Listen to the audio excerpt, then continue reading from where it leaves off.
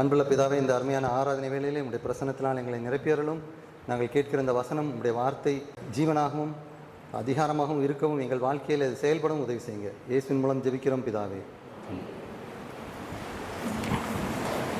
சில நூற்றாண்டுகளுக்கு முன்பு இங்கிலாந்து தேசத்திலே வசித்து வந்த ஒரு இளைஞன் தனது இளம் வயதிலேயே பெற்றோர் அற்ற குழந்தைகளின் மேல் மிகுந்த பாசம் கொண்டான். அவர்களுக்காக அநேக காரியங்களை செய்ய வேண்டும் என்கின்ற ஒரு ஆதங்கத்தை அவனுடைய மனதிலே ஆண்டவர் வைத்தார். எப்படியாவது அனாதை ஆசிரமம் ஆரம்பிக்க வேண்டும் என்கிற வேகத்தோடு அவன் செயல்பட்டான். வளர்ந்து வரும் பருவத்திலே அதிகமாக ஜெபித்தான், அதிகமாக பிரயாசப்பட்டான். ஜெபத்தின் மூலம் நாம் பல காரியங்களை சாதிக்க முடியும் என்று துடிப்புள்ள ஒரு இளைஞனாக அவன் மாறினான். இள வயதிலே சிறு அனாதை ஆசிரமத்தை ஆரம்பித்து இன்னும் நாட்கள் ஆக ஆக அதை வளரும்படி அவன் செய்தான். அவனிடத்தில் உள்ள விசேஷமான காரியம் என்னவென்றால், எந்த ஒரு தேவைக்கும் ஒரு மனிதரை போய் நாடமாட்டான். எல்லா தேவைகளையும் ஆண்டவர் சந்திப்பார் என்கின்றபடி அவர் ஜெபித்து செயல்பட்டார்.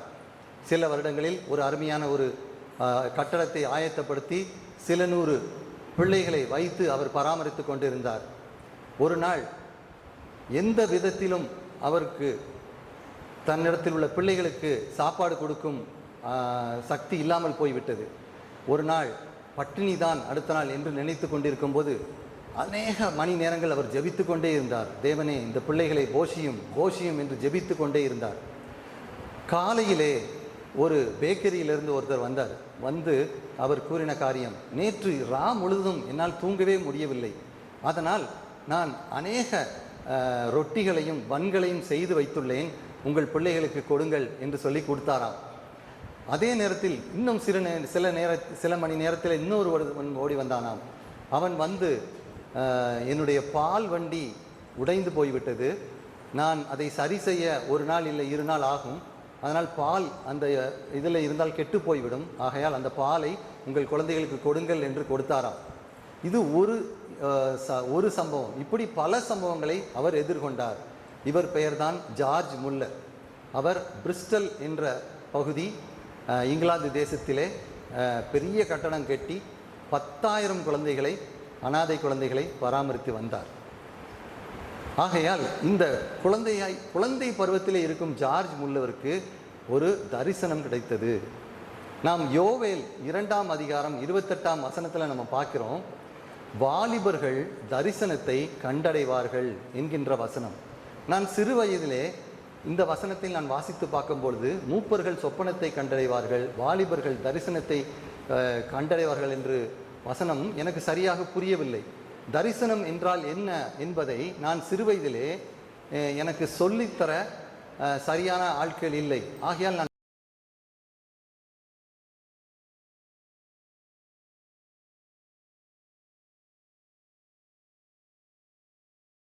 தரிசனம் என்று நான் யோசிக்கும் பொழுது, கண்ணை மூடி ஜெபம் செய்யும் பொழுது ஒரு மனதிலே ஒரு படத்தை போல இல்லை ஒரு திரையை போல ஒரு படம் ஓடும், ஆண்டவர் காட்டும் தரிசனம் அதுதான் என்று நான் நினைத்து கொண்டிருந்தேன்.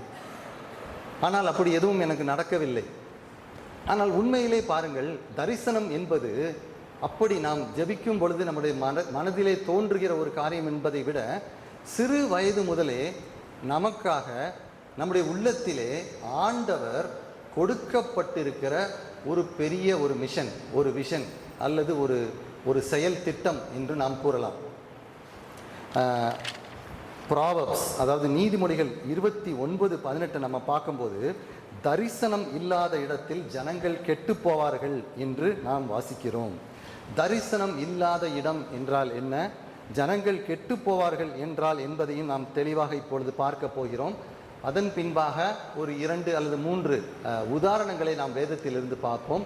தரிசனம் எப்படி பிறக்கிறது, நம்முடைய வாழ்விலே அதை எப்படி கண்டுகொள்ள வேண்டும், தரிசனம் நம் வாழ்விலே இல்லாவிட்டால் நம்முடைய வாழ்க்கை எப்படி இருக்கும், அந்த தரிசனத்தை நிறைவேற்றும் போது நாம் எப்படி ஆண்டவருடைய காரியத்தை நாம் செய்து முடிக்கிறோம் என்பதை நாம் பார்க்க போகிறோம். முதலாவதாக தரிசனம் இல்லாத இடம். இப்பொழுது உள்ள நாம் ஜனங்களுடைய தரிசனத்தை நாம் கேட்டால், ஒரு வாலிபனோ இல்லை இன்னும் வயது முதிர்ந்தவர்கள் கேட்டால் அவர்கள் சொல்லுகிற காரியம், நான் ஒரு வேலை செய்ய வேண்டும், நான் பணம் சம்பாதிக்க வேண்டும் என்று சொல்வார்கள், அல்ல ஒரு வீடு கட்ட வேண்டும் என்று சொல்வார்கள், அல்லது திருமணம் செய்ய வேண்டும் என்று சொல்வார்கள், நான் வாழ்க்கையில் செட்டில் ஆக வேண்டும் என்று சொல்வார்கள். இது எதுவுமே தரிசனம் கிடையாது. இதெல்லாம் நாம் தரிசனம் என்று நினைத்து கொண்டிருக்கிறோம். நான் ஒரு நல்ல வேலை, ஒரு பெர்மனன்ட் ஜாப், இல்லாட்டி ஒரு கவர்மெண்ட் ஜாப் கிடச்சிட்டா போதும் நான் செட்டில் ஆயிடுவேன், இல்லை எனக்கு ஒரு சொந்த வீடு வந்துட்டா நான் செட்டில் ஆயிடுவேன்னு சொல்லுவாங்க, இல்லாட்டி எனக்கு பண கஷ்டம், என்னுடைய கடன் எல்லாம் தீர்ந்துட்டா நான் செட்டில் ஆயிடுவேன் அப்படின்னு சொல்லுவாங்க. ஆனால் அது எதுவுமே தரிசனம் கிடையாது. தரிசனம் என்பது ஒரு தூர பார்வை. நம் வாழ்க்கையிலே நாம் லட்சியத்தை ஆண்டவருக்காக சாதிக்கும் ஒரு செயலாகும். ஒரு கப்பலிலே ஒரு சிறுமி செல்ல ஆயத்தமானால் இரவு நேரத்திலே அந்த கப்பல், அதாவது க்ரூஸ் என்று சொல்வார்கள், உல்லாசமாக செல்லுகின்ற கப்பல், பெரிய கப்பலிலே அநேக ஜனங்கள் சென்றார்கள். முதல் தடவையாக சென்ற இந்த சிறுமி, மிகவும் சிறு வயது உள்ள குழந்தை, அதுவும் அந்த கப்பலிலே சென்றிருக்கிறது. அப்பொழுது அனைவரும் வெளியிலே பார்த்து கொண்டிருக்கிறார்கள். இரவிலே உள்ள அமைதியான கடலையும் வானத்தையும் பார்த்து ரசித்து கொண்டிருக்கிறார்கள். இந்த சிறுமி மிகவும் குள்ளமாக இருந்ததால் அவளுக்கு எதுவும் தெரியவில்லை. அப்பொழுது அவர் தந்தையிடம் கேட்டால், எனக்கு ஒன்றும் தெரியவில்லையே, என்னை கொஞ்சம் தூக்கி காட்டுங்களேன் என்று சொன்னார்களாம். உடனே அந்த சிறுமியை தூக்கி தன் தோளில் வைத்த பொழுது அந்த சிறுமி ஆகாய விரிவை பார்த்து, கடலை பார்த்து மிகவும் சந்தோஷப்பட்டாள், மிகவும் ஆச்சரியமடைந்தாள். அப்பொழுது இருளாக இருந்தபோது கூட அவள் சொன்ன காரியம், தூரத்திலே நான் காண்கிறேன், அருமையான காரியத்தை காண்கிறேன் என்று கத்தினாளாம். அவர் தகப்பன் பார்த்தாராம், தூரத்திலே ஒன்றுமே இல்லையே, இருளாக தானே இருக்கிறதம்மா, நீ என்ன பார்க்கிறாய் என்று கேட்டார். அந்த சிறுமி சொன்னால், தூரத்திலே ஒரு ஆகாய விரிவும் ஒரு சூரிய உதயத்தையும் நான் காண்கிறேன் என்று சொன்னாலாம். ஆம் பிரியமானவர்களே, சில மணி நேரத்திலே மிகவும் அருமையாக சூரியன் உதிக்கவும் அந்த செவ்வானம் சிவக்கும் அந்த அற்புதமான காட்சியையும் அனைவரும் கண்டு மகிழ்ந்தார்கள். இதே போலத்தான் யாரும் காணாத நேரத்தில் தூரத்திலே வருகிற திட்டங்களை காண்கிற ஒரு கண்கள், அந்த விசுவாச கண்கள் நம் அனைவருக்கும் வேண்டும். அதைத்தான் ஆண்டவர் விரும்புகிறார். இந்த உலகத்திலே பிறந்த நாம் ஒவ்வொருவருக்கும் ஒரு வித்தியாசமான, ஒரு அதிசயமான ஒரு தாளந்தை கொடுத்திருக்கிறார். அந்த தாளந்து உங்களுக்கு மாத்திரம் அது இருக்கும், அது வேற யாருக்கும் இருக்காது. உதாரணமாக, சிலருக்கு இசை வாசிக்க சில தாளந்து இருக்கும், சிலருக்கு பேச்சு திறமை சிலருக்கு இருக்கும், சிலருக்கு அருமையாக வீட்டை கவனிக்க, இல்லை குழந்தைகளை பராமரிப்ப, இல்லை சிலருக்கு ஆசிரியராக, இல்லை சிலருக்கு ஆலோசனை சொல்வதாக, அப்படி பல திறமைகளாக, சிலருக்கு கட்டடம் கட்ட, இப்படி ஒவ்வொரு திறமைகளையும் ஆண்டவர் கொடுத்திருக்கிறார்.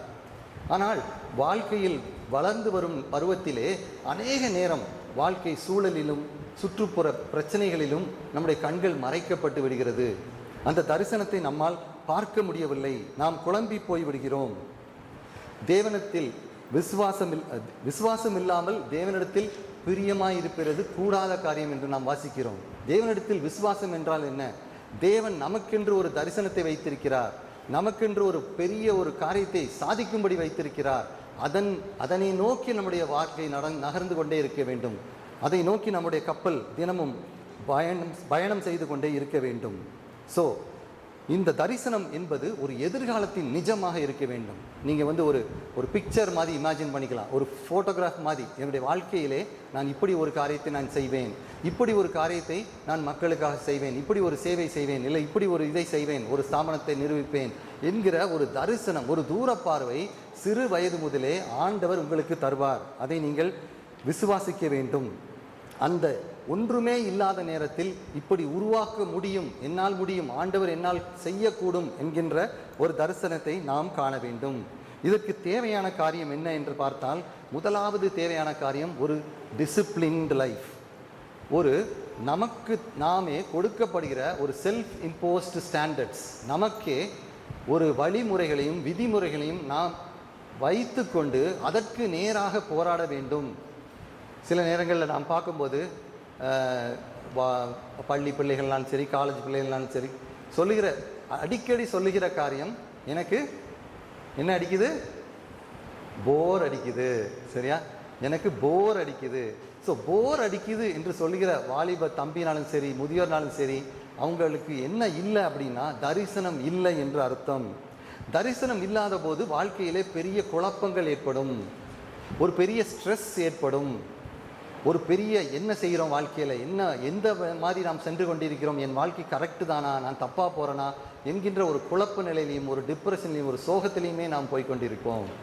ஏனென்றால் ஆண்டவர் நமக்கு கொடுத்த தரிசனத்தை நாம் நிறைவேற்றாமல் போகிறதுனால் அந்த குழப்ப நிலைகள் வருகிறது. ஆகையால் அந்த தரிசனத்தை நாம் கண்டுகொள்ள வேண்டும். ஆழமான ஊற்று போல் நம்ம இதயத்தை தோண்டி நாம் எடுக்கும் பொழுது அதிலே ஒரு உற்சாகமான ஒரு திட்டம் பிறக்கும். அந்த திட்டத்தை நோக்கி நாம் பயணித்து கொண்டே இருக்க வேண்டும். இதற்கு முதலாவது தேவை discipline, self impose discipline. So இப்படி தரிசனத்தை நோக்கி செல்கிற ஒவ்வொருவரையும் நாம் லீடர் என்று சொல்லலாம், ஒரு அதிகாரி என்று சொல்லலாம். இப்படிப்பட்ட குணாதிசயங்களை சிறு வயது முதல் கற்றுக்கொண்டே இருக்க வேண்டும். ஒவ்வொரு நிமிடத்தையும் வீணாக்காமல் திட்டம் போட்டு செலவழித்து கொண்டே இருக்க வேண்டும். உதாரணமாக நான் சொல்கிறேன், நம்முடைய வாழ்க்கையிலே நம் சிலரை பாராட்டுகிறோம். சில விளையாட்டு வீராங்கனைகளை, விளையாட்டு வீரர்களை நாம் பார்த்து பெருமிதம் கொள்கிறோம். ஏன் தெரியுமா? ஏனென்றால் அவருடைய வாழ்க்கை மிகவும் டிசிப்ளினாக கட்டப்பட்டது, மிகவும் கடின உழைப்பிலே கட்டப்பட்டது. அதிகமாக கிரயம் செலுத்தி இருக்கிறார்கள், அதிகமாக பயிற்சி செய்திருக்கிறார்கள்.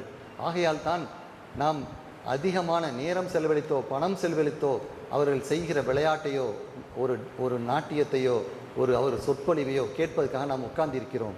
ஏனென்றால் அவர்களுக்கு ஒரு டிசிப்ளின் லைஃப் இருக்கிறது. ஸோ இயேசு கடவுள் கொடுக்கிற அந்த தரிசனத்தை நாம் நிறைவேற்றுவதற்கு ஒரு டிசிப்ளின் லைஃப் நமக்கு வேண்டும். அந்த தூரத்து பார்வை எப்பொழுதும் நமக்கு இருந்து கொண்டே இருக்க வேண்டும். இப்படி நாம் வாழ்க்கையிலே சென்று கொண்டிருக்கும் போது நம்முடைய வாழ்க்கையிலே அநேக சாய்ஸஸ் இருக்குது.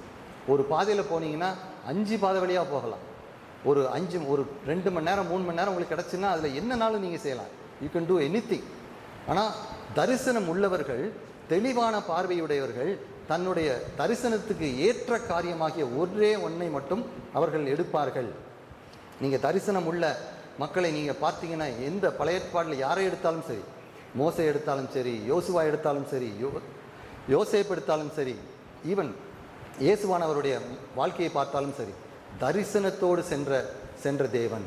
ஒவ்வொரு நாளும் ஒவ்வொரு மணி நேரத்திற்கும் கணக்கு போட்டு வைத்திருந்த மனிதர்கள்.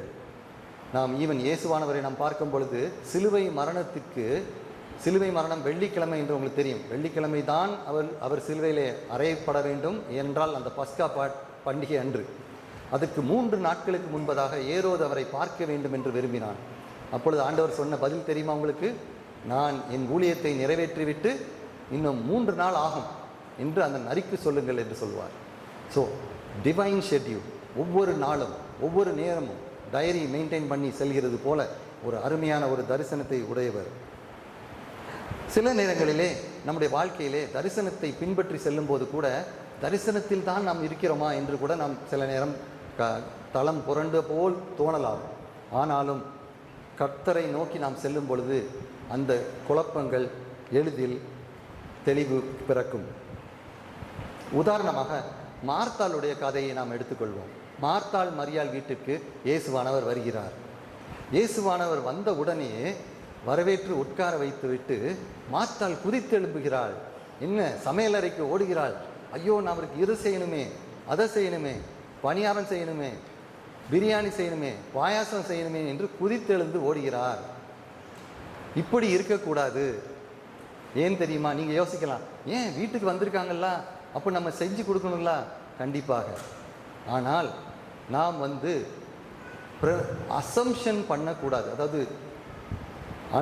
அனுமானிக்கக்கூடாது. இப்படி இருக்கும் என்று நீங்கள் அனுமானிக்கக்கூடாது. உதாரணமாக இயேசு அவள் வீட்டுக்கு வரும்பொழுது பசியுடன் வந்தாரோ இல்லை அல்லது சாப்பிடுவதற்காக வந்தார் என்பது அங்கே இல்லை. அவர் வந்தது பரலோக ராஜ்யத்தை பற்றி சொல்லுவதற்காகவும் ஓய்வெடுவதற்காகவும் வந்திருக்கிறார். ஆகையால் நிறைய காரியங்களில் நாம் தரிசனத்தை நோக்கி போகும் பொழுது இப்படி தான் இருக்கும் என்று சொல்லி நாம் ஓட ஆரம்பித்து விடுவோம். அப்படி அல்ல அருமையானவர்களே. ஆண்டவர் சொல்கிற தரிசனம் ஒவ்வொருவருக்கும் வித்தியாசமானதாகும். ஆண்டவர் சொல்கிற நேரத்தில் ஆண்டவர் சொல்லுகிற பிரகாரம் நாம் செய்யும் பொழுது அந்த தரிசனம் மிகவும் அழகாக நிறைவேறும். ஒரு 2-3 நாட்களுக்கு முன்பு ஒரு சின்ன வீடியோ கிளிப்பை பார்த்தேன். அதிலே ஒரு கிறிஸ்தவ பாடலை பாடிக்கொண்டிருக்கிறார்கள். அந்த பாடல் என்ன பின்னணி என்றால், உலகமென்றும் சென்று சர்வ சிருஷ்டிக்கும் சுவிசேஷத்தை பிரசங்கியுங்கள் என்பது பாட்டாக ஓடிக்கொண்டிருக்கிறது. அந்த வீடியோவிலே ரெண்டு வாலிபர்களை காட்டுகிறார்கள். அந்த ஒரு வாலிபரை ஜீசஸ் என்று போட்டிருக்கிறார். அடுத்த வாலிபர் நீங்கள் தான் என்று போட்டிருக்கிறது. இப்போ 2 பேரும் நடக்கணும், ஒன்று போல நடக்கணும். அப்போ ஜீசஸ் நடக்கும்போது இவரும் சேர்ந்து நடக்கணும். இப்போ அந்த வீடியோவில் என்ன வருதுன்னா, அது 1 2 3 அப்படின்னோடனே குதிச்சு எழும்பி அந்த வாலிபர், நீங்கள் என்று சொல்லியிருக்க வாலிபர் குடு 100 மீட்டர் ஓடிடுறாரு. ஆனால் இங்கே திரும்பி பார்த்தா ஜீசஸ் அதே இடத்துல நிற்கார். அவர் மெதுவாக கையை அப்படியே ஸ்லோ மோஷனில் ஒரு ஸ்டெப்பு கூட எடுத்து வைக்கல. அதுக்குள்ள அவர் அங்கே வரைக்கும் போயிட்டார். அங்கே போய் நின்றுட்டு இங்கே நிற்கிங்க, சீக்கிரம் வாங்க வாங்க வாங்கன்னு அவருக்கு கைட் பண்ணிக்கிட்டு இருக்காரு. அதுக்கப்புறம் திரும்ப நின்று பார்க்காரு இவர். ஆனால் ஜீசஸ் அதே இடத்துல மெதுவாக ஒவ்வொரு ஸ்டெப்பாக எடுத்துக்கொண்டு வைத்திருக்கிறார். இந்த வாலிபர் என்னெல்லாமோ கெஞ்சி கூத்தாடி பார்க்காரு. பிறகு கடைசியில் திரும்ப வந்து அவரை மாதிரியே வந்து நின்றுட்டு அவரை மாதிரியே கையை வச்சுட்டு ஜீசஸ் அப்படி சொல்லும், இதே மாதிரி என்ன மாதிரியே ஃபாலோ பண்ணுங்காரு. அதே மாதிரி ஃபாலோ பண்ண ஆரம்பிக்காரு. ஸோ இதுதான் அந்த தரிசனம். அவரோடு நடக்கிற ஒரு வாழ்க்கை, அவர் சொல்லுகிறதை செய்கிற ஒரு வாழ்க்கை. சில நேரத்தில் நமக்கே சில நேரம் தோணும், இப்படி ஒரு பிஸ்னஸ் பண்ணிடலாம், இப்படி சம்பாதிச்சிடலாம், அப்படி சம்பாதிச்சிடலாம் என்று சொல்லி தேவன் கொடுக்காத திட்டத்தை நாம் நிறைவேற்றி கொண்டிருக்கலாம். ஆனால் உண்மையிலே அப்படி ஒரு தரிசனத்தை நாம் செய்யும் பொழுது நம்முடைய மனதிலே ஒரு நிறைவு இருக்காது, ஒரு ஃபுல்ஃபில்மெண்ட் இருக்காது, குழப்பம்தான் இருக்கும். எவ்வளவு தான் சக்ஸஸ்ஃபுல்லாக செஞ்சால் கூட அதில் ஒரு திருப்தி இல்லாமல் இருக்கலாம்.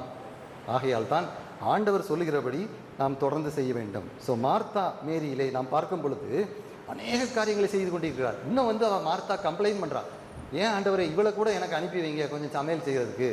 ஆண்டவர் கேட்டுருக்கலாம், நான் உன்னை சமையல் செய்ய சொன்னேனா, நான் பசிக்கின்னு வந்துட்டு சொன்னேனா, நீயே ஏன் யோசித்து கொள்கிறாய். இப்படி தான் நம்ம நிறைய கிறிஸ்தவங்கள் இருக்கோம். அவர் இப்படி கேட்பார், இப்படி தானே அப்படி தானேலாம் இல்லை, அவர் சொல்கிற டைமில் நடக்கும். ஸோ ஆண்டவர் என்ன சொல்கிறாரு, தேவையெல்லாம் ஒன்று தான் தேவை. நல்லா ஞாபகம் வச்சுக்கோங்க, ஒன்று தான் நமக்கு தேவை. ஏன்னா நமக்கு அவ்வளவு டைம் கிடையாது. இந்த வாழ்க்கையில் நம்ம நினச்சிட்டு இருக்கோம் செட்டில் ஆகும் அப்படின்னு நம்ம நினச்சிட்டு இருக்கோம். வாலிபர்கள்லாம் நினச்சிட்டு இருப்பீங்க, நான் இன்னும் நிறைய வருடங்கள்லாம் இருப்பேன், கண்டிப்பாக இருப்போம். ஆனால் வாலிப நாட்கள்லேருந்து முதிர் வயது வர்றதுக்கு கண்ணை மூடி முடிக்கக்குள்ள முதிர் வயதாயிடும். அது எப்படி அந்த நாட்கள் போகுதுன்னே தெரியாது. இப்போ தான் இளைஞன் மாதிரி இருக்கும், 10 செகண்ட் பார்த்தோம்னா பிள்ளை வந்துடும், பிள்ளைக்கு பிள்ளை வந்துடும், பேத்தி எடுத்துருவாங்க. ஆனால் என்னடா வாழ்க்கையில் சாதிச்சிருக்கேன், நான் என்ன பண்ணியிருக்கேன் அப்படிங்கிற மாதிரி இருக்கும். நேரம் வந்து அவ்வளோ வேகமாக ஓடும். அதனால் நான் சொல்கிறேன், பிழை விட்டு ஒரு சாய்ஸ் எடுத்துகிட்டு, நான் இப்போ இந்த யூனிவர்சிட்டி போகிறேன், இதை எடுக்கேன், இது எப்படி வருதுன்னு பார்ப்போம், அதில் ஒரு 3 வருஷம், பிறகு அது எனக்கு பிடிக்கலை, அப்புறம் இன்னொரு கடை போடுறேன், இது எப்படி வருதுன்னு பார்ப்போம். அப்படியே மாறி வளைஞ்சி போகிறதுக்கு நேரம் இல்லை. Life is very short. 30 வயது ஆகிட்டா உங்களுக்கு 60 வயதுக்குள்ளே ஆண்டவர் சொல்கிற விஷனை நீங்கள் நிறைவேற்றி கொள்ள வேண்டும். 70 வயதில் ரிட்டையர்மெண்ட், 80-90 வயதிலே ஆண்டவரை துதித்து வாழ்கின்ற ஒரு வாழ்க்கை. ஸோ இப்படி குறுகிய அந்த காலகட்டத்திலே நேரத்தை வீணாக்க முடியாது, வேகமாக ஓட வேண்டும். ஆகையால் 1 கொரிந்தியர் 6:12 நம்ம பார்க்கோம், எல்லாவற்றையும் அனுபவிக்க எனக்கு அதிகாரம் உண்டு. நான் என்னன்னாலும் பண்ணலாம், நான் தெற்க போகலாம், வடக்க போகலாம், இங்கே ஒன்று பண்ணலாம், அங்கே வேலை பார்க்கலாம், அங்கே வேலை பார்க்கலாம், என்னன்னாலும் நான் பண்ணலாம். ஆனால் எல்லாம் தகுதியாயிராது. ஒரே ஒரு விஷயம்தான், ஒரே ஒரு வார்த்தை, ஒரே ஒரு பாதை தான் ஆண்டவர் எனக்குன்னு வச்சிருக்குது. அதை நீங்கள் தெளிவாக கண்டுபிடிக்க வேண்டும். ஒரு லைப்ரரி போனீங்கன்னா 1008 புக்கு இருக்கும், 10,000 புக்ஸ் இருக்கும். 10,000 புக்கையும் உட்காந்து நம்ம படிக்க முடியுமா? இல்லை, ஒரே ஒரு புத்தகம் தான் வேணும். அதே மாதிரி இந்த வாழ்க்கையிலையும் நிறைய சாய்ஸஸ் இருக்குது. சாப்பாடுனாலும் சரி, மூவினாலும் சரி, கேம்ஸ்னாலும் சரி, எல்லாமே நம்முடைய தரிசனத்துக்கு ஒத்து வராது. ஆகையால் நாம் இன்றைக்கே முடிவெடுக்க வேண்டும். அந்த முடிவெடுத்து, தெளிவான முடிவெடுத்து நாம் அதை அந்த தரிசனத்தை நிறைவேற்ற வேண்டும். சரி, வேதத்திலிருந்து 1-2 உதாரணங்களை மட்டும் நாம் பார்ப்போம். எசேக்கியேல் 37ஆம் அதிகாரத்தை நம்ம எடுத்துக்கிடுவோம். எசேக்கியேல் 37ஆம் அதிகாரம், சில வசனங்களை மட்டும் நான் வாசிக்கிறேன். இப்பொழுது எசேக்கியேல் தீர்க்கதரிசியை கர்த்தர் வந்து ஆவிக்குள்ளாக கொண்டு போய் எங்கே நிற்க வைக்காங்க அப்படின்னா, எலும்புகள் நிறைந்த ஒரு பள்ளத்தாக்கில் நடுவில் நிற்க வைக்காது. ஃபுல்லாக போன். கல்ற தோட்டத்துக்கெலாம் நீங்கள் போயிருக்கீங்களா? கல்ற தோட்டத்துக்கு போகிறதுக்கு எத்தனை பேருக்கு பிடிக்கும்? யாருக்குமே பிடிக்காது என்ன? சரி, அப்போ அப்படிப்பட்ட ஒரு எலும்புகள் நேர்ந்து, அது கல்ற தோட்டம் கூட இல்லை, மூடி இல்லாமல் வெளியில் கிடக்குது. போன்ஸ் எல்லாம் எப்படி கிடக்குது? எலும்புகளாக கிடக்குது, ஆயிரமாக குவியலாக கிடக்கிறது. 2ஆம் வசனத்தை பார்த்தீங்களா? அந்த எலும்புகள் மகா திரளாய் கிடந்தது, அவைகள் மிகவும் உலர்ந்ததாக இருக்கிறது. உலர்ந்ததா என்ன? அப்போ இறந்து ரொம்ப வருஷம் ஆச்சு, பல மாதங்கள் பல வருடங்கள் ஆன போன்ஸ். ஸோ இப்போ ஆண்டவர் ஒரு கேள்வி கேட்காரு. என்ன கேள்வி கேட்காரு? மனுபுத்திரனே, இந்த எலும்புகள் உயிரடையுமா? இப்போ உங்கள் வாழ்க்கையில் உலர்ந்த எலும்புகள் போல சில காரியங்கள் இருக்கலாம். உங்கள் வாழ்க்கையில் பெரிய பெரிய பிரச்சனைகளை நீங்கள் சந்திச்சிருக்கலாம், பெரிய பெரிய சோதனைகளையும் தோல்விகளையும் சந்தித்திருக்கலாம், மனம் உடைந்திருக்கலாம், யாராவது உங்களை ஏமாற்றி இருக்கலாம், ஏமாற்றம் அடைந்திருக்கலாம், நீங்கள் எதிர்பார்த்த காரியங்கள் நடக்காமல் இருந்திருக்கலாம். இப்படி இருக்கும் பொழுது வாழ்க்கையே வனாந்தரமாக இருக்கும், உயிர் பெறுவதற்கு வழியே இல்லை என்பது போல் இருக்கும். அப்படிப்பட்ட நேரத்திலே உங்களிடத்தில் ஆண்டவர் ஒரு கேள்வியை கேட்டால், இந்த பிரச்சனையிலிருந்து, இந்த உலர்ந்த எலும்பாகிய இந்த இடத்துலேருந்து உன்னை விடுவிக்க முடியுமா, உன்னால் வெளியே வர முடியுமா அப்படின்னு கேட்டால் எல்லாருடைய பதிலும் எப்படி இருக்கும்? முடியாது. கரெக்டா?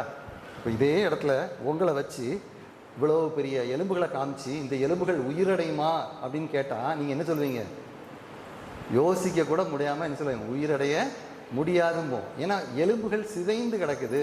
ஒரு மனுஷனுக்குள்ள எலும்புகள் சேரணும்னா முதல்ல கண்டுபிடிக்கணும். குழம்பி இருக்குது. ஒரு ஆளுக்குள்ள எலும்பு இன்னொரு ஆள் பக்கத்தில் கிடக்கும், இன்னொரு ஆள் எலும்பு இன்னொரு ஆளில் கிடக்கும். இதெல்லாம் சேர்ந்து உருவாக்கணும்ல, அப்படிலாம் பண்ண முடியுமா? இம்பாசிபிள். ஸோ அப்படிப்பட்ட ஒரு நிலைமையை நம்ம கொடுத்து கேட்கும்போது நம்ம என்ன செஞ்சிடறோம்? முடியாதுன்னு சொல்லிடுறோம். ஆனால் இந்த ஜார்ஜ் முல்லர் பாருங்கள், கையில் ஒன்றுமே காசே கிடையாது, அவருக்கு ஸ்பான்சர் கூட யாரும் கிடையாது. ஆனால் வாழ்க்கை முடிவில் பார்க்கும்போது 10,000 மக்களுக்கு உள்ள பெரிய பில்டிங் பிரிஸ்டலில் இப்போ கூட இருக்குது, நீங்கள் பார்க்கலாம். 10,000 பேர் வைக்கக்கூடிய ஒரு அனாதை ஆசிரமத்தை அவரால் உருவாக்குனார்னா எப்படிப்பட்ட ஒரு ஜெப வீரராக இருப்பார், ஒரு விசுவாச வீரராக இருப்பார், நீங்கள் யோசித்து பாருங்கள். ஆகையால் ஆண்டவர் நமக்குன்னு குறித்திருக்கிறத கண்டிப்பாக நிறைவேற்றுவார். ஆகையால் இந்த மனுஷன் சொல்கிறத ஆன்சர் நீங்கள் பார்த்தீங்கன்னா, அவர் எஸ்ஸும் சொல்லலை, நோவும் சொல்லலை. என்ன சொல்கிறாரு? உயிரடையுமான்னு கேட்டபோது என்ன சொல்கிறாரு? தேவனே நீரே அறிவீர், உங்களுக்கு மட்டும்தான் தெரியும் அப்படிங்கிறது. சரி, அது ஒரு வேளைக்கு பரவாயில்ல, அடையாதுன்னு சொல்லியிருக்கிறத விட ஒரு ஸ்டெப்பு பரவாயில்ல, அடையும்னு சொல்லியிருக்கலாம். ஏன்னா கேட்குறது யார்? கர்த்தர். அடையும்னு கேட்கலாம். அதனால் நம்ம வாழ்க்கையில் நம்ம உயிரடையுமா, இந்த சிச்சுவேஷன் மாறுமான்னு கேட்கும்போது நம்ம என்ன சொல்லலாம்? ஆமாம் ஆண்டவரே, கண்டிப்பாக மாறும், உம்முடைய பிரசன்னத்தினால் மாறும், உம்முடைய வார்த்தையினால் மாறும். ஏனென்றால் நீர் தான் இந்த தரிசனத்தை எனக்கும் எங்கள் ஃபேமிலிக்கும் நீங்கள் கொடுத்துருக்கீங்க அப்படிங்கிற ஒரு விசுவாசத்தோடு நீங்கள் ஜெபிக்க முடியும்.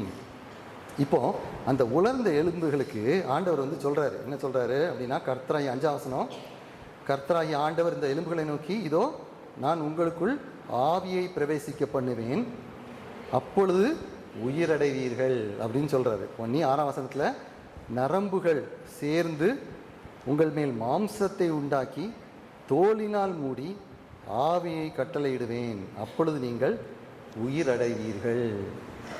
என்ன இப்படி உள்ள தரிசனம் பிறந்திருக்கா? என்ன இப்படிப்பட்ட தரிசனம் உங்களுடைய வாழ்க்கையில் பிறந்திருக்குதா? இது அருமையாக நத்தானியல் டொனால்ட் அப்படிங்கிற ஒரு பாஸ்டரும் ஆரன் பாலா அப்படிங்கிற பாஸ்டரும் ஒரு பாட்டு பாடியிருக்காங்க. எத்தனை பேருக்கு தெரியும்னு தெரியல. ஒரு 2 லைனை மட்டும் நான் பாடுறேனே. ஆனால் அந்த தரிசனம் முதல்ல எங்கே உருவாகும் தெரியுமா? அந்த தரிசனம், உங்களுக்குன்னு வச்சுருக்க தரிசனத்தை முதல்ல ஆண்டவர் தன்னுடைய மனதில், தன்னுடைய நினைவில் யோசிக்கார். அதுக்கப்புறம் தான் நீங்கள் பிறக்கிறீங்க, அதுக்கப்புறம் உங்கள் மனதில் அது உருவாகுது. ஓகே, அதை கொஞ்சம் நான் மாற்றி பாடுறேன், ஒரே ஒரு லைன் மட்டும். எலும்புகள் உருவாகலை, நரம்புகள் உருவாகலை, தசைகள் உருவாகல, தரிசனம் உருவானதே, அவர் நினைவிலே தரிசனம் உருவானதே. எலும்புகள் உருவாகல, நரம்புகள் உருவாகல, தசைகள் உருவாகல, தரிசனம் உருவானதே, உன் மனதிலே தரிசனம் உருவானதே. அருமையான ஒரு வசனம், அருமையான ஒரு வசனத்தை அருமையான ஒரு பாட்டாக பாடியிருக்கிறார். ஆகையால் அவருடைய மனதில் அது உருவாக்கணும். எபேசியர் 1:4 அப்படி தான் போட்டுருக்கு. உலக தோற்றத்துக்கு முன்பே உங்களை பரிசுத்தமாகவும் குற்றமற்றவர்களாகவும் மாற்றும்படியாக உங்களை தெரிந்து கொண்டார் உலக தோற்றத்துக்கு முன்பு. ஆகையால் அந்த தரிசனம் கண்டிப்பாக நம்முடைய வாழ்விலே நிறைவேறும். இப்பொழுது யோசேப்புடைய வாழ்க்கையில் உள்ள தரிசனத்தை நாம் பார்ப்போம் சுருக்கமாக. ஆதியாகமம் 37ஆம் அதிகாரம் 6ஆம் வசனத்தை நாம் யாராவது ஒருத்தர் வாசிப்போம். ஆதியாகமம் 37:6.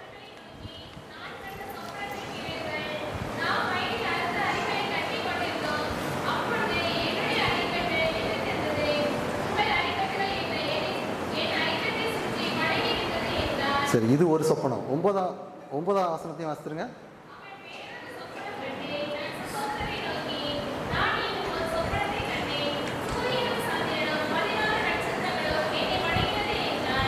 சரி, தேங்க்யூ.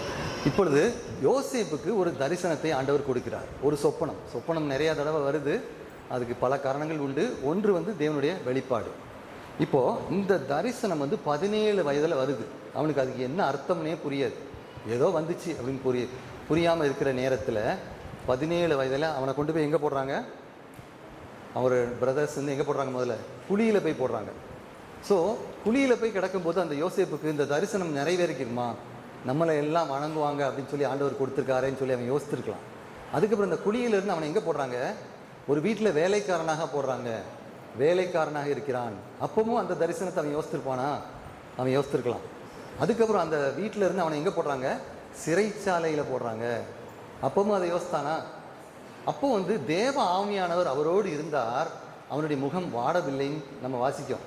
அப்போது தரிசனத்தை தெளிவாக வைத்திருக்கிற மக்கள் மனதில் குழப்பம் கிடையாது. நல்லா ஞாபகம் வச்சுக்கோங்க. உங்களுக்கு ஸ்ட்ரெஸ்ஸே கிடையாது. கர்த்தர் ஒரு காரியத்தை என் மூலமாக செய்கிறார் என்று அவர் எழுதி வைத்து விட்டால் அதை யாராலுமே தடுக்க முடியாது. ஹல்லேலூயா. அந்த வார்த்தை கண்டிப்பாக நடக்கும். அது உங்களுக்கும் ஆண்டவருக்கும் மாத்திரம்தான் தெரியும். அது நடந்து முடிக்க போது தான் ஆம் ஆண்டவர் பெரியவர்னு சொல்லி ஆச்சரியப்படுவாங்க. அதே போல் இவன் யோசேப்பு யோசித்து கொண்டே இருக்கிறான். அதுக்கப்புறம் அவனுக்கு தெரியும், எனக்கு சீக்கிரமாக இந்த சிறையை விட்டு நான் போவேன்னு நினச்சான். ஆனால் அந்த சீக்கிரமாகவே இல்லை. சிறையில் கடந்துகிட்டே இருக்கான். அந்த சுயம்பாகியெல்லாம் வந்துட்டு போயான பிறகு கூட 2 வருஷம் கிடக்கான் சிறுவையில். ஆனால் கர்த்தர் என்னை கரெக்டாக நடத்துவார் என்று நினைத்து கொண்டே இருந்தான். 30ஆம் வயதிலே 13 வருடம் கழித்து ஒரே நாளில் அவனை தூக்கி பெரிய ஒரு ஜனாதிபதியாக, நாட்டின் அதிபதியாக, மக்களுக்கு வரும் பட்டினி கிடந்து மக்கள் சாக இருக்கிற மக்களுக்கு உணவு கொடுக்கும் ஒரு தலைவனாக அவனை ஆண்டவர் மாற்றி வைக்கிறார். அதே போல் இரண்டாவதாக தானியேல் 1ஆம் அதிகாரம் 8ஆம் வசனத்தை வாசிங்க.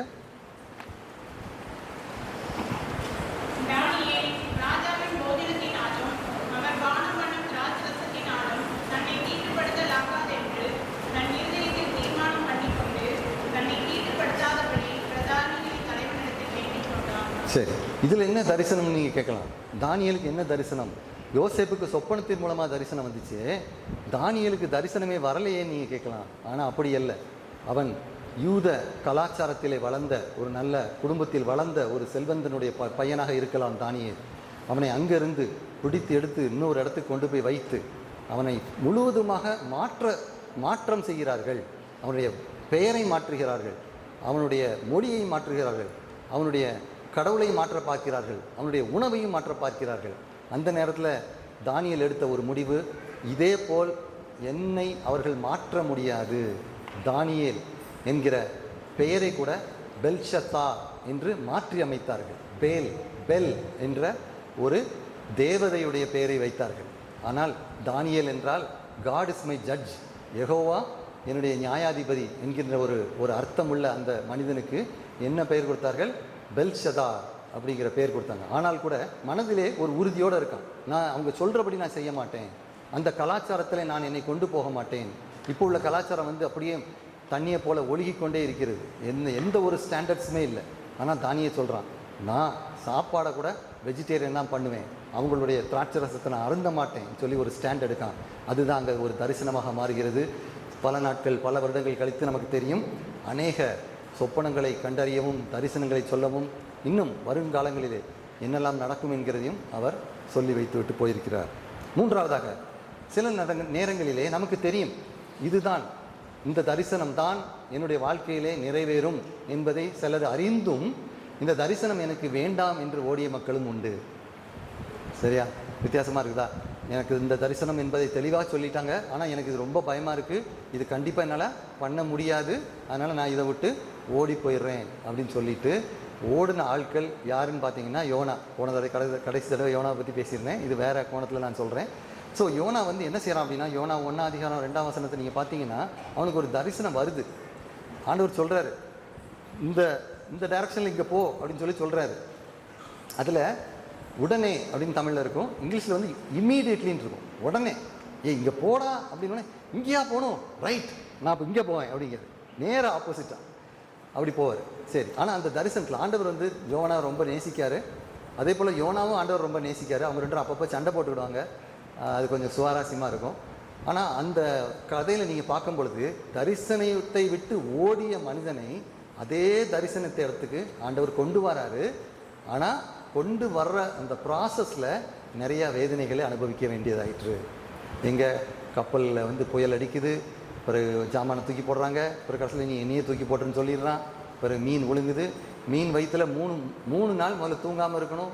ஃபுல்லாக ஆசிடு, உடம்பு ஃபுல்லாக தோல் உறிஞ்சிருக்கும், வலியில் இருந்திருப்பான், சாப்பாடு இல்லாமல் தூங்கம் இல்லாமல் 3 நாள் கழித்து வெளியில் வந்து கக்கியிருப்பான். ஆனால் அதை கூட ஆண்டவர் வந்து என்ன பண்ணுறாரு, இயேசுவானவர் தன்னுடைய மினிஸ்ட்ரியில் 3ஆம் நாள் உயிர் தெழுவைங்கிறதுக்கு அந்த ஓமையை சொல்கிறாரு, அந்த அந்த அந்த எடுத்துக்காட்ட சொல்கிறார். ஸோ அப்படியே ஆண்டவர் வந்து எதனாலும் எப்படினாலும் யூஸ் பண்ணார். ஒரு அமேசிங் கிரியேட்டருக்காக. அதனால் அந்த பெயின்ஃபுல் ப்ராசஸ் உங்களுக்கு வேண்டாம், எனக்கு வந்து வேதனை வேண்டாம், எனக்கு தண்டனை வேண்டாம். ஆண்டவரே நீங்கள் என்ன சொன்னாலும் சரி, நான் ஐ எம் கம்ப்ளீட்லி சரண்டர் அப்படின்னு சொல்லி வலது பக்கம் போனால் வலது பக்கம், இடது பக்கம்னா இடது பக்கம், அப்படி நீங்கள் போனீங்கன்னா உங்களுக்கு வேதனைகள் கம்மியாக இருக்கும். சீக்கிரமாகவே உங்கள் டெஸ்டினேஷன் அடைஞ்சிருவீங்க. இப்போ யோனாவில் ஆக்சுவலாக தர்ஷீஸுக்கு போகிறதுக்கு கப்பல் ரெடியாக இருந்துச்சு, சரியா, நேராக போயிருக்கலாம், போகாமல் சுற்றி வந்தார். ஸோ அந்த மாதிரி தரிசனத்தை நாம் கண்டடைவோம், நம்முடைய உள்ளத்திலே கண்டடைவோம். நம்முடைய தரிசனம் அல்ல, ஆண்டவர் கொடுக்குற தரிசனம் என்னங்கிறத நம்ம கண்டடைப்போம். அந்த தரிசனத்தை கண்டடையும் பொழுது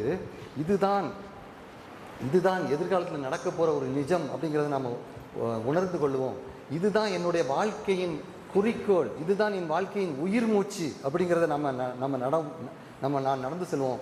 அதே போல் 3ஆவதாக இந்த லட்சியம், இந்த மிஷன், இந்த தரிசனம் தான் என் வாழ்க்கை, என்னை கொன்று போட்டாலும் இந்த தரிசனத்தை நான் நிறைவேற்றுவேன் அப்படிங்கிற ஒரு வைராக்கியத்தோடும் ஒரு செயல்திறனோடும் டிசிப்ளினோடையும் நம்முடைய வாழ்க்கையை வாழும் பொழுது சீக்கிரமாகவே அந்த தரிசனத்தை அவர் எட்டச் செய்வார். அதை அநேக மக்களுக்கு பிரயோஜனமாக மாற்றச் செய்வார். எல்லாரும் தலைவணங்கி நாம் ஜெபிப்போம். அன்பும் இரக்கமும் மிகுந்த எங்கள் பிதாவே, இந்த காலையிலே இந்த வார்த்தைகளை நாங்கள் தியானிக்க உதவி செய்ததற்காக நன்றி. தரிசனம் அனைவருக்கும் தேவையப்பா. தரிசனம் இல்லாத இடத்தில் ஜனங்கள் கெட்டு போவார்கள் என்று நான் வாசிக்கிறோம். அந்த தரிசனத்தை எங்கள் மனதிலே தெளிவாக்கும். வாழ்க்கையில் நான் என்ன செய்ய வேண்டும் என்கிற காரியத்தை எங்கள் மனதிலே நீ தெளிவிக்க வேண்டுமா என்று கெஞ்சுகிறோம். அந்த தரிசனத்தை நோக்கி நாங்கள் செல்லவும், அதற்கு ஏற்படுகிற தடைகளை உடைத்து போடவும் நீ எங்களை ஆசீர்வாதமும் சந்தோஷமாகவும் வைக்கவும் நீர் உதவி செய்ய வேண்டுமா என்று கெஞ்சுகிறோம். இந்த வேலையை ஆசீர்வாதம் மீதியான வேலையும் பொறுப்படுத்திக் கொள்ளும். இயேசு கிறிஸ்து மூலமாக ஜெபிக்கிறோம் ஜீவனுள்ள நல்ல தகப்பனே, ஆமென்.